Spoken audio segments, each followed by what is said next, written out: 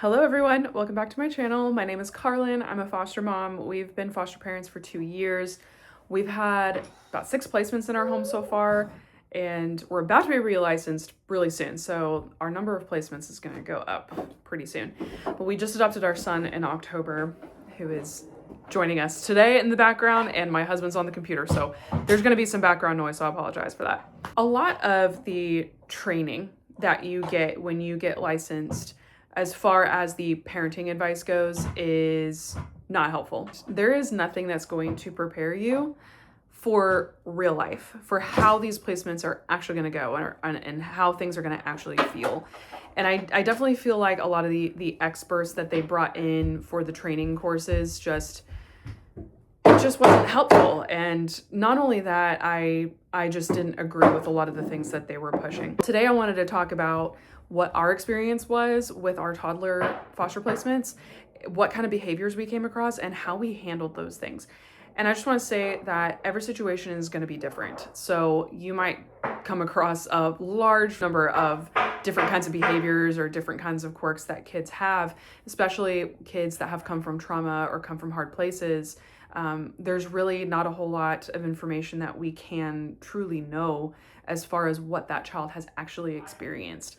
The only thing that we can know is what the investigators reported, and even that doesn't show the full picture. A lot of unknown as to like what that child has experienced, and there's a lot of behaviors that you're going to notice be like, I wonder where this came from, like what's happening, and it's hard to know like how to handle those things and like how to navigate that when you just don't know the past. So let's get into it. We've had like 3 toddlers and 3 babies in our home over our foster care experience.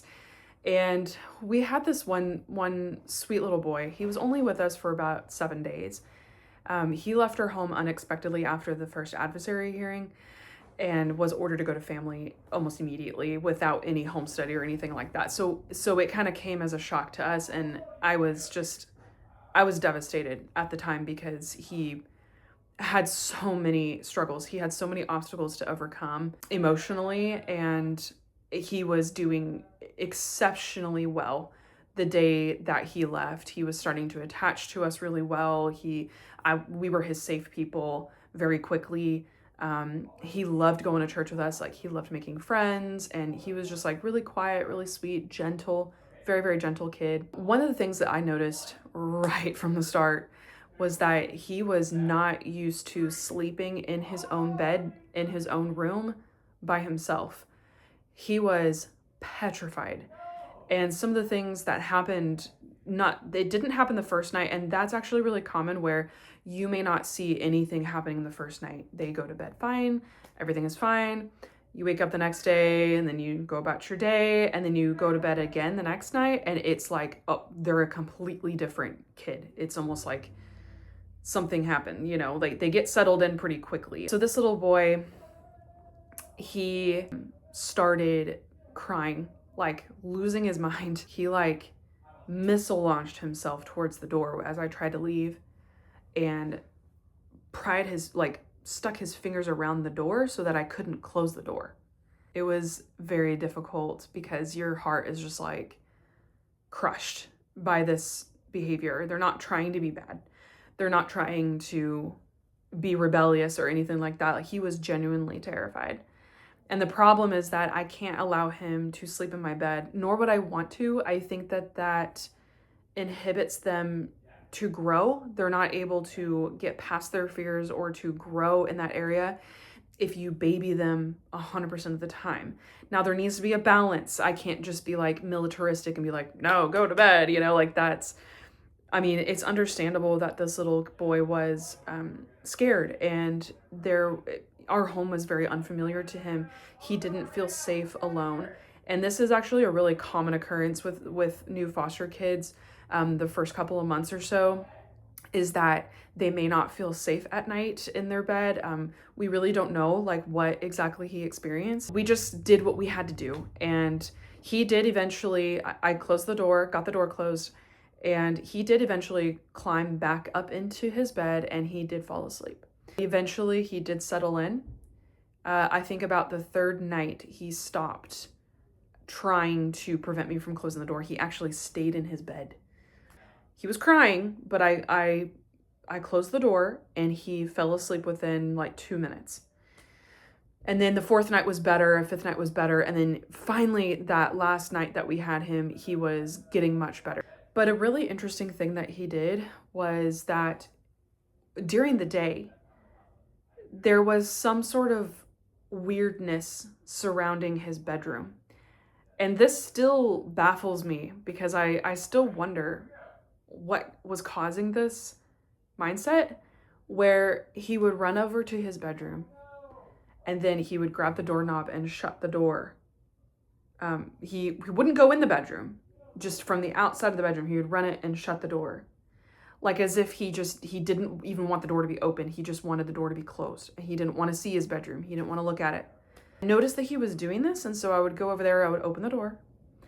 And then he would be sitting on the couch with me, we'd watch a little TV or whatever, and then he would look over and then go do it again. He would run over.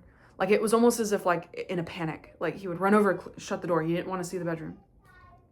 And then I noticed that whenever we went in the bedroom, if I went into his room and he was following me, he would stop right at the threshold of the bedroom and get this look on his face like this, like that, and he would start crying and not want to go into the bedroom.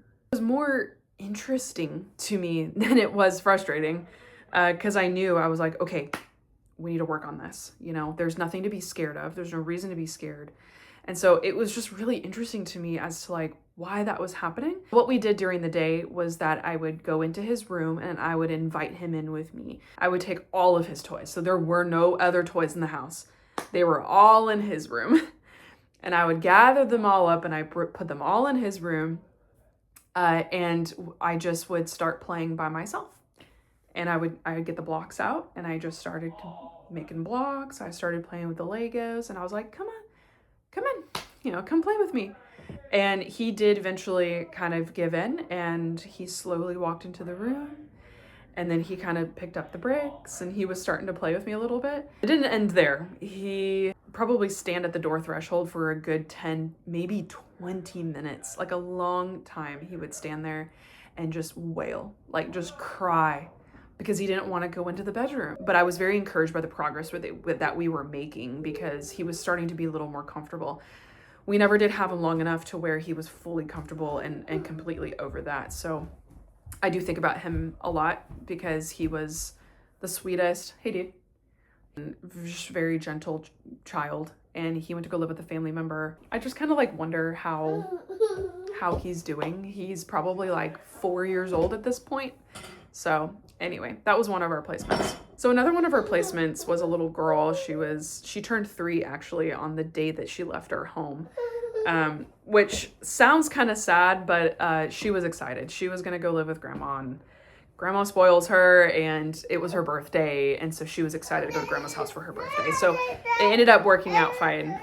So our 3-year-old little girl was basically mute. When somebody would look at her and be like, hi, she would just kind of go like this and then just completely disassociate. So she had this like social disassociation that was happening. And we had a couple of theories as to why that was. Maybe she just wasn't challenged in that way. She probably didn't go anywhere. That the only people that she interacted with were her brothers.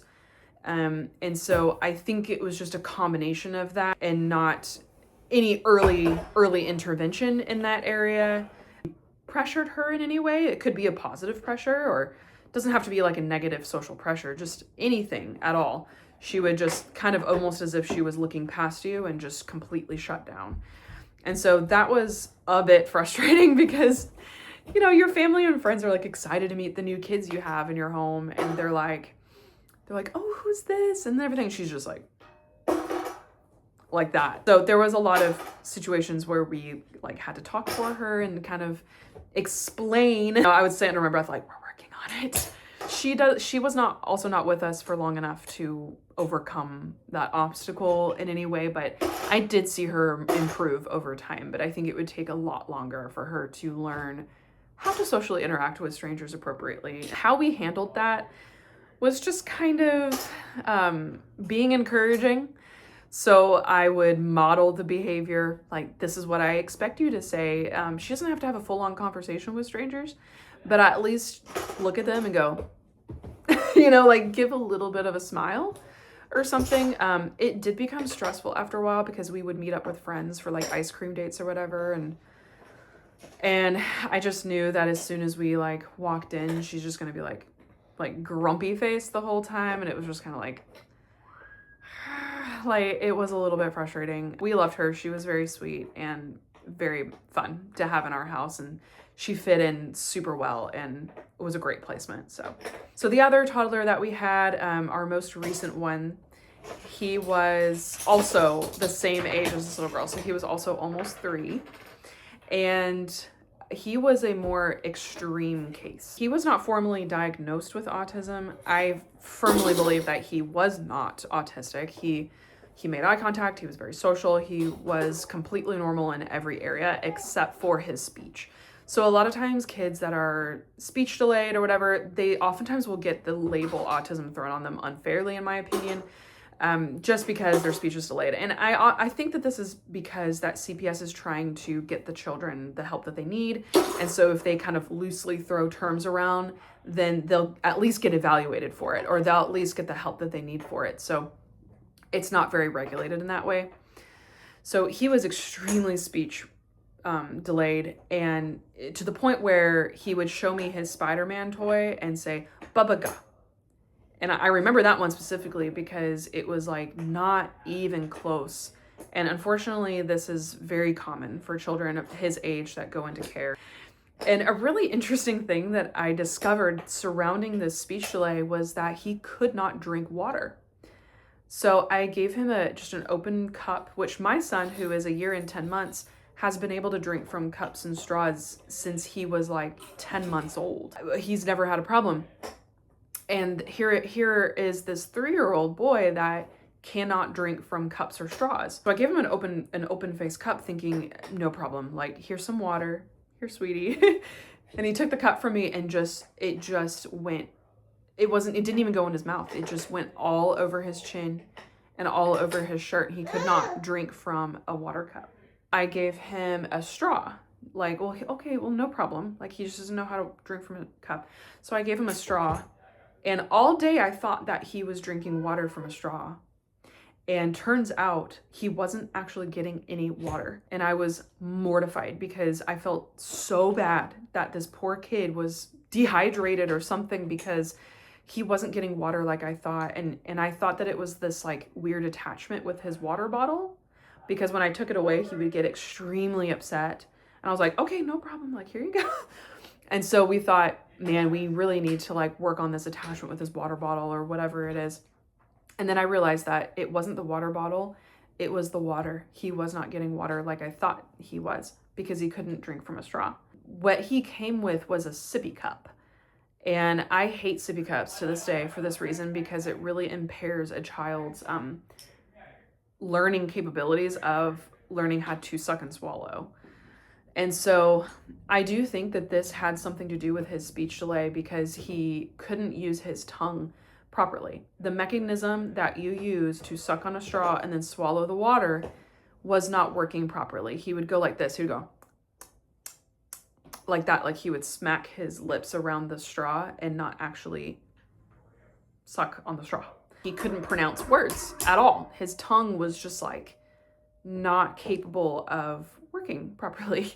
The solution that I found for the water bottle was that I bought a squeeze bottle with a straw, and it was in the shape of a teddy bear. It looks kind of like a honey bear.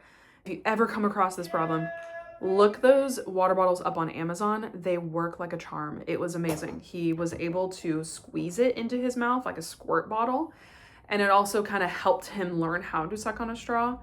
We also did not have him long enough to know if there was any progress made on that, but I sent that water bottle with him to his family member to kinship home, and hopefully that helped, but I'm not really sure. He had a very unique attachment disorder, and the best way I can describe it is that when we would go to the park, it was very stressful because he would disappear. He wouldn't check in with me. He did not see my husband and I as his safe people. So he did not attach to us at all. We had him for 2 months and there was no attachment made whatsoever. Always tried to attach as quickly as possible and as much as possible with our children in our care, because that's what these children need. But it was not being reciprocated by him. He would find other moms or parents at the park and just kind of awkwardly hover around them instead of trying to go down the side and play. He just wasn't capable of like having fun and playing like a normal child should. So he would attach to the other moms at the park. As soon as I called him over to me, like, come here, sweetie, come over here, he would start like stomping his feet and kicking and screaming and crying. And it was very heartbreaking to witness that, because he just was simply confused. And I can really imagine in his past as maybe there were people coming and going in out of his life frequently. Maybe they left him in the care of other people. This is a very common occurrence that I hear stories about often. And it can affect children in different ways. And for this little boy, it affected him in attachment disorder. And so I had a hard and fast rule for all of my friends and family and people at our church. I even sent out like a group text saying like, please do not allow him to sit in your lap, to hold your hand, to give you a hug. So we had very firm rules for him because of that attachment issue. It's just a lesson that I learned for children who are struggling with attachment. To have those hard and fast rules and those good boundaries is like really important. He also had extreme food pickiness, which is a really common thing that your agency probably will train you on. My tactic for this is if you're not gonna eat your scrambled eggs in the morning, we're gonna have scrambled eggs for lunch. Worked great, because by the time we got to lunchtime and he realized that all he's gonna get is scrambled eggs, he ate the scrambled eggs for lunch. I promise you, if they don't eat their breakfast, they're gonna eat that same breakfast for lunch almost every time. So that's what we did. I do recommend having snacks though, like providing like carrots and grapes and fruits and like all those kinds of things that are good for them, because children more likely will need better nutrition. They probably have been eating a lot of fast food and a lot of different things. And so if you only have that in your house, and I'm only talking for like young kids, like toddlers, this is a whole different deal when you've got older kids, because you do want to consider having Kraft mac and cheese if that's their favorite thing, if they are older, because you're tapping more into like this psychological thing. But when you've got toddlers that cannot communicate that, then opt for those healthy options, because I promise you they will start eating that stuff that you provide by lunchtime. Those are some of the behaviors that we've come across.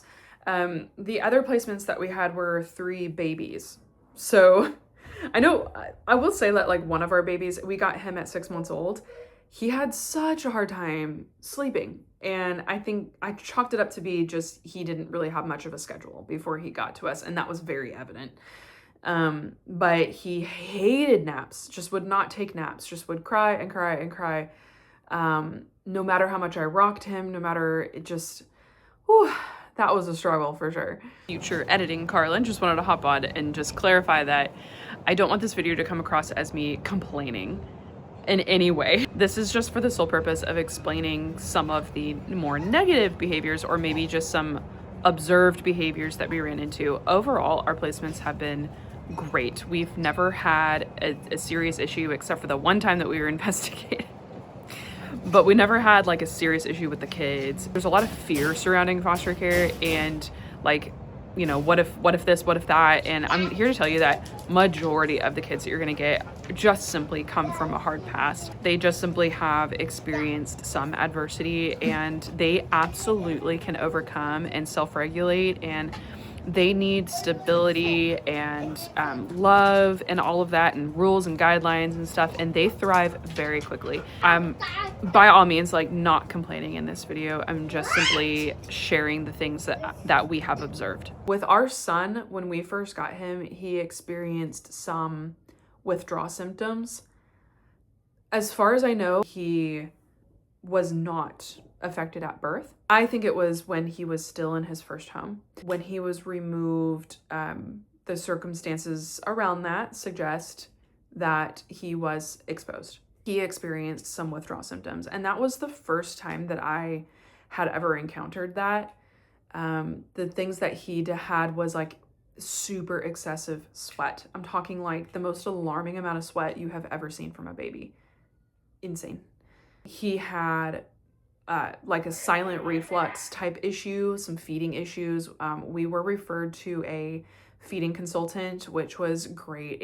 Honestly, it was just really nice to talk to somebody that understood what I was going through. Just identifying the issue and just somebody else observing my struggle and just being like, yeah, that's hard.